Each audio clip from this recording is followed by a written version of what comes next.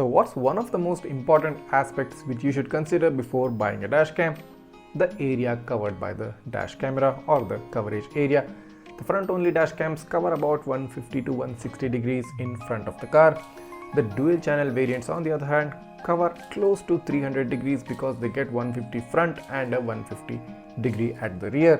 That's still 60 degrees missing out around the car. That's where the triple channel dashcams come in. And in this video, I'll be showing you one of the most value for money triple channel dashcams that's available in the Indian dashcam market. I'm talking about the REDTIGER F17 triple channel dash camera. This dashcam gets 3 dedicated cameras, front, rear and interior, and the whole package comes at only at a price of close to 17,000 rupees. Too good to be true, isn't it? So how good is this dashcam and is this worth your money, and should you be investing 17,000 rupees for a triple channel dashcam? So let's take a deep look at the REDTIGER F17, explore all the aspects of this dashcam and help you decide if this is the right dash camera for you. You're watching Travel Tech, let's get started.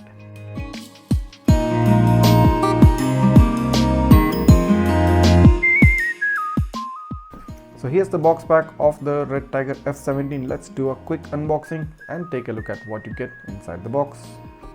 So as soon as you open up the box, you find the camera straight away. A very fine looking, premium looking, I should say a very formal and a professional looking camera. So at front you do get a REDTIGER logo, you have the lens module with the sticker covering, you have this windshield mount adapter with connecting pins as well, and on top you get the micro SD card slot, the reverse camera slot and a Type-C power port. On the back you get the interior camera with 4 dedicated infrared lights, and you also get a IPS display. So they've given some instructions on the display as well, you can take a look at those once you buy the camera. On the bottom you get some more buttons such as power button, menu button, left and right button and a OK button. There's nothing else on the sides of the camera. The lens module is pretty much fixed, it does not rotate or go up and down. You also find some ventilation holes at the bottom and even at the top of the camera. So you have this windshield mount with a sticker covering on top, which also doubles up as a GPS mount. So they've given the specific naming for the GPS, and these are the 4 connecting pins which plug in onto the windshield mount of the camera. So all you need to do to connect the mount and the camera is just slide in the mount and plug it in like this. It's as simple as that. And there is a joint given here on the mount, using which you can rotate the camera to your liking. So you can give the camera the required angle in order to adapt to your car's particular windshield. So one thing to note about the windshield mount, guys, that if you're trying to install it in cars which have vertical windshields such as Thar or Bolero, if you do mount it like this, as you can see, the lens module will probably be facing slightly downwards and not provide the ideal angle if you're looking to get that. So do make note of this point before you purchase this dashcam. And also do note, guys, that the interior camera is rotatable slightly. It does go up and down a bit. It doesn't move left and right. It does go about slightly on the upper and the lower side. So here's the power cable for the camera, with which you get a pre-attached 12-volt socket adapter which has a single USB port. You get a Type-C port with a L-shaped connector. Following that, you have the rear camera along with its rear camera power cable. You have this connector pre-attached. Of course, you can remove this and attach it later on once you have installed it in the car, but you do get it pre-attached within the box. So you have this regular 1080p rear camera with a windshield mount. The rear camera is rotatable 360 degrees, and it also has a LED at one side. The other side of the USB power cable has a connector which plugs in into the front camera. Following this, you have a wiring installation tool which has a flat end and a broad end at one side and a thinner end at the other. Then you also get some clips which can help you in the installation of the dashcam wire. You also get an additional sticker for the front camera within the box. Then at the bottom of the box you do find a quick start guide for the F17, wherein it gives you all the initial details which you need to know in order to set up the camera and also get the app connection. After the quick start guide, you get a detailed user manual. So someone who is doing this installation for the first time and who wants to get to know all the technical details of the dashcam, you can go through this user manual and this will be very helpful. Then you get 2 stickers within the box, and lastly you get a card from REDTIGER which gives you the details of its website, Instagram and the email ID. So these are things which you get inside the box: a quick start guide, a user manual, and a support card, along with the electrostatic stickers, the rear camera along with its power cable, the front camera with its windshield mount. You also get a wiring tool. You get the front camera power cable with a pre-attached 12-volt socket, which also gets a dedicated USB port, and lastly you get a spare sticker for the front camera.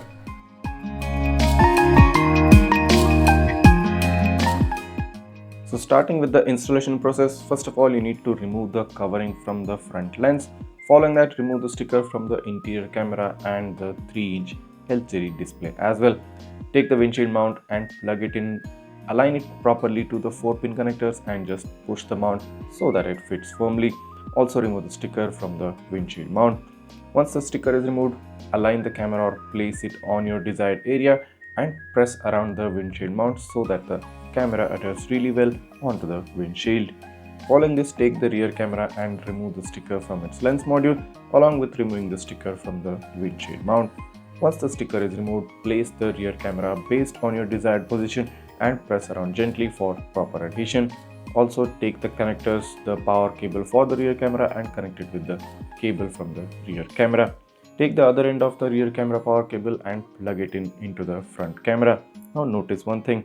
I missed pressing the camera cable completely inside and this caused a problem later. I'll show you that in a while now. Take the main USB power cable, the Type-C port cable, and plug it in within the front camera. Take the other end, which has a pre-attached 12-volt adapter wired into it, and plug it into the 12-volt socket of the car. Following this, turn on the engine of the car and that should get the dash cam up and running, and it should throw up the Redtiger logo on the screen. So as soon as the dash cam starts up, it's going to ask you to format the memory card. You can go ahead and use the controls on the display and format the memory card before using the dash cam for the first time. So notice one thing, the camera is missing the rear camera view, and that's because I haven't pressed in the rear camera cable completely, and once I do that, the rear camera image pops up on the screen, and now I'm able to switch between the different views using the buttons on the display. So you can easily switch between the different views based on your convenience.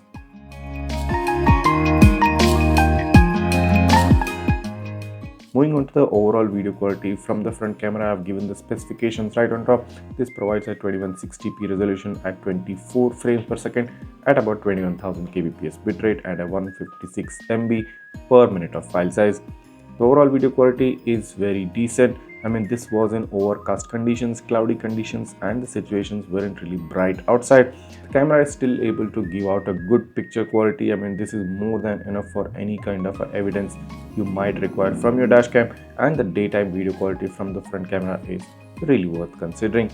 Moving on to the nighttime video quality from the front camera, this too is offering a very similar and a balanced experience, just like how we did during daytime.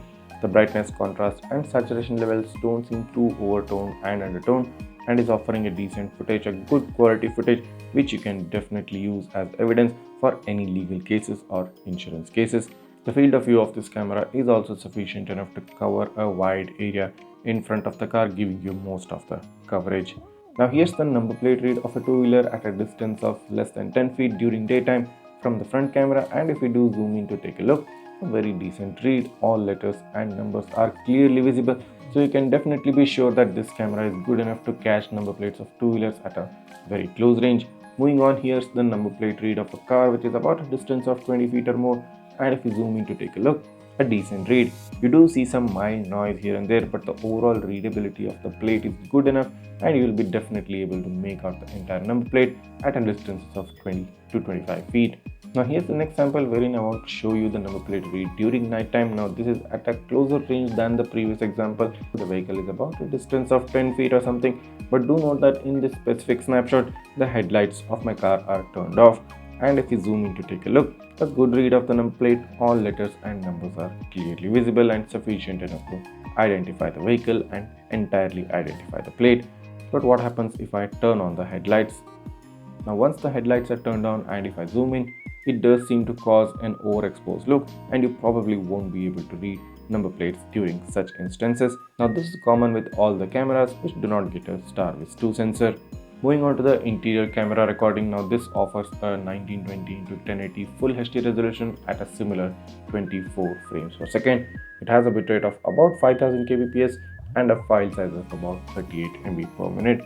The clarity from the interior camera is actually good. I'm quite satisfied with the kind of video footage right here, and of course also along with that the field of view of the camera is sufficient enough to cover the rear windshield, the rear windows and some part of the front windows as well. Now during daytime this will definitely offer you very good cabin footage, which is more than enough for any kind of evidence-based purposes.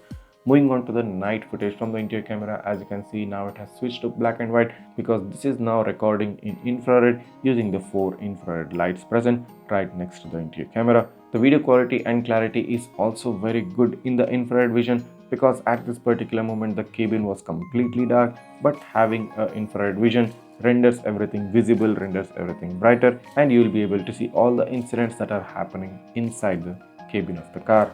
Moving on to the rear camera video quality, this too offers a full HD resolution at 24 frames per second.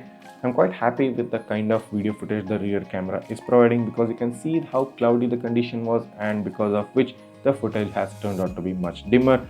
But in spite of this, the contrast levels are right on point. It does not offer that overexposed or that hazy look which we usually tend to see from most rear cameras. The daytime video footage quality from the rear camera is sufficient and well value for money. Moving on to the nighttime video quality from the rear camera, this tends to capture some sort of a glare from the headlights and the street lights, but that's a very common affair with most rear cameras. But the other aspects of the rear camera such as the brightness, contrast and saturation levels do seem decent and usable for most purposes. Now in terms of number plate readability, it might be good only at a very close range. Don't expect to have very good readability at a higher distances. The overall video quality is sufficient and more than enough and suitable to be used as evidence for any kind of a purpose you might want to use it for. Showing you the side-by-side comparison of all three cameras together. On top you can see the front camera, in the middle is the interior, and on the bottom is the rear camera. Now definitely the front camera outshines the other two because it is of a higher resolution and is offering a better contrast saturation levels. In terms of the interior camera, this too is offering a very decent footage, and for the purpose of recording cabin, this is more than enough. The rear camera too is performing as expected for the price this camera comes in, and for the entire value for money package the F17 offers. All three cameras are performing as expected, and you can be at a complete peace of mind once you start using the F17 dash camera.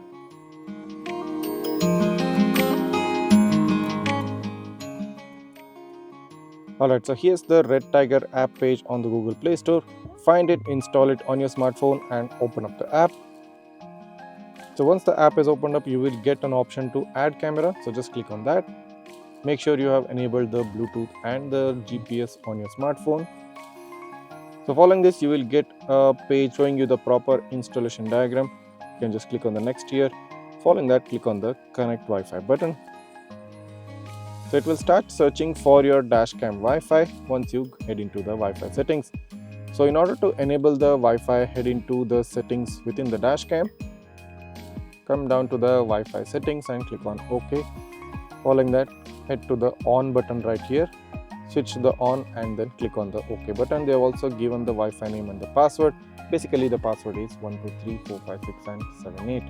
So just click on the OK button.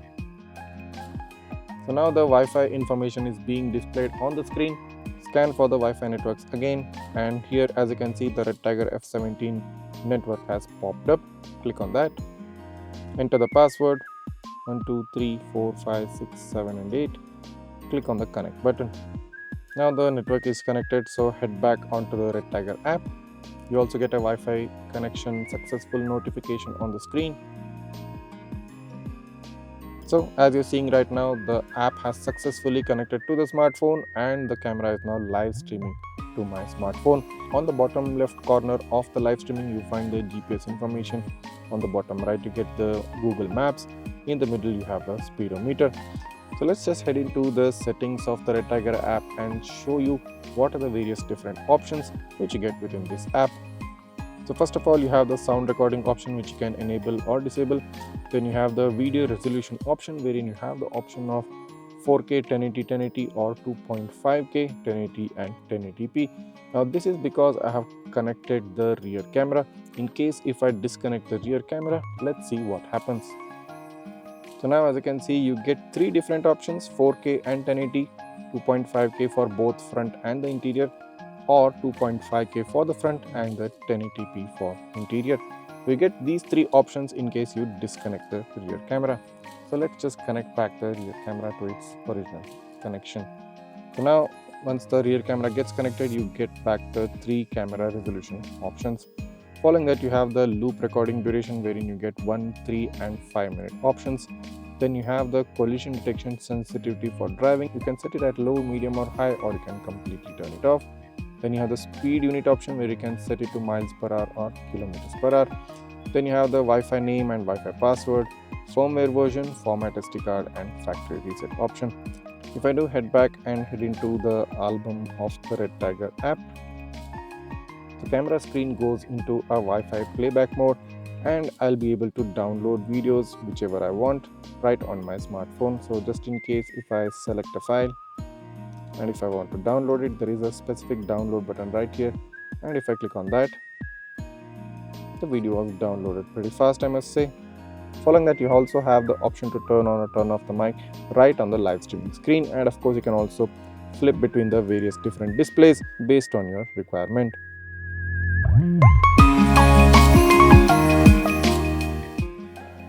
So as soon as you start up the Dashcam, you get this particular screen wherein some details are provided, such as your date and time. Right here on the right bottom corner, there are some other logos are also provided, which you can take a look at using the user manual of the Dashcam. At the bottom, you have certain options such as photo snapshot, settings, emergency lock, playback and switch camera button. If we do head into the settings of the Dashcam, you get this minimalistic modern menu with a red and black combination for the colors, and I really like this. So the first option is the resolution option, and if you head into that, you get two options, that is 4K 1080 and 2.5K 1080 and 1080. So this is because we have connected three different cameras. So in case if you do disconnect the rear camera, you're going to get three different options with variable frame rates. Next to that, you have the format SD card option, which you can use in order to format the memory card. Then you have the loop recording option, and if you head into this, you get loop recording durations for 1 minute, 3 minutes and up to 5 minutes. Then you have the clock setting option, which you can use to set the time and date manually. Following that, you have the time style option, which you can select like 24 hours or 12 hours format. Then you have the time zone option, which you can manually select. Following that, you have the language option to select the compatible language. Then you have the Wi-Fi option in order to enable the Dashcam Wi-Fi. Following that, you have the app option, wherein it gives you a QR code which you can scan using your smartphone to get the corresponding app on your smartphone. Then you have the G sensor option, which you can use to toggle the sensitivity of the G sensor to completely off or high or medium or low. Then you have the GPS information, and if you click on that, it will show you the GPS signal strength. Then you have the screensaver option, wherein you can set a preset amount of time after which the screen will turn off. You can either select 1 minute, 3 minutes or 5 minutes, or completely turn off so that the screen always remains on. Then you have the rear camera flip option, which you can use to flip the rear camera video feed, and of course you can also mirror the rear camera image using this particular option. Then you have the screen flicker option, wherein you can select the frequency to either 50 Hz or 60 Hz. Then you have the click tone option, which you can enable, which is going to give you a clicking sound each time you press the button on the Dashcam. Then you have the sound record option, basically the mic option, which you can enable or disable. Then you can also enable or disable the startup sound of the Dashcam if you find it irritating. You can also head into the date stamp option, which you can enable to make sure the date is displayed on the video, or you can turn it off to make sure there is no date being displayed on the video. You can also do the same for the speed stamp as well. Following that, you have the format reminder option, which you can set to 15 days or 25 days, or you can of course turn it off completely. Then you have the DST option, and then you also have the turn off the inside camera option. Using this option, you can turn off the interior camera and make sure that only the front and the rear cameras are working. Following that, you have the infrared LED option, wherein you can set the LEDs to be on automatically by the dash camera, or you want them to be always on, you can set it on, or you want them to be always off, you can set it off. Then you have the speed units where you can set kmh, that is kilometers per hour or miles per hour. Then you have the driver fatigue reminder, and if you head into this, you have a preset timer of either 1 hour, 2 hours or 3 hours, after which it's going to remind you to take a break. Then you have the card speed option where you can check the speed of the card and the compatibility. Then you have the reset setup wherein it's going to reset the dashcam settings. Then you have the help center option, which is going to give you a QR code using which you can contact the Redtiger support. Then lastly, you have the product information wherein it gives you the model name and the firmware version of the camera. So this is a pretty simple and a straightforward user interface from the camera, no complication at all, and this is one of the most easy to use menus I've seen on a dash camera. So this was an exhaustive and extended review video for the Redtiger F17 dashcam, and you probably are not going to watch this anywhere else on the internet. And in case if you do like this dashcam and are interested in purchasing it, the link to purchase it is given in the description below. Just head down, click on the link and purchase it. Also do note that this video took a lot of effort and planning to bring in front of you, and if you guys appreciate that effort, make sure to go ahead and hit that subscribe button right now and smash that like button. Also don't forget to hit the bell icon so that you get notified each time I upload a new video. Also, if you have any queries regarding this dash camera, you can always write that down. I'll try to answer them as soon as possible. Thanks for watching and see you in the next one.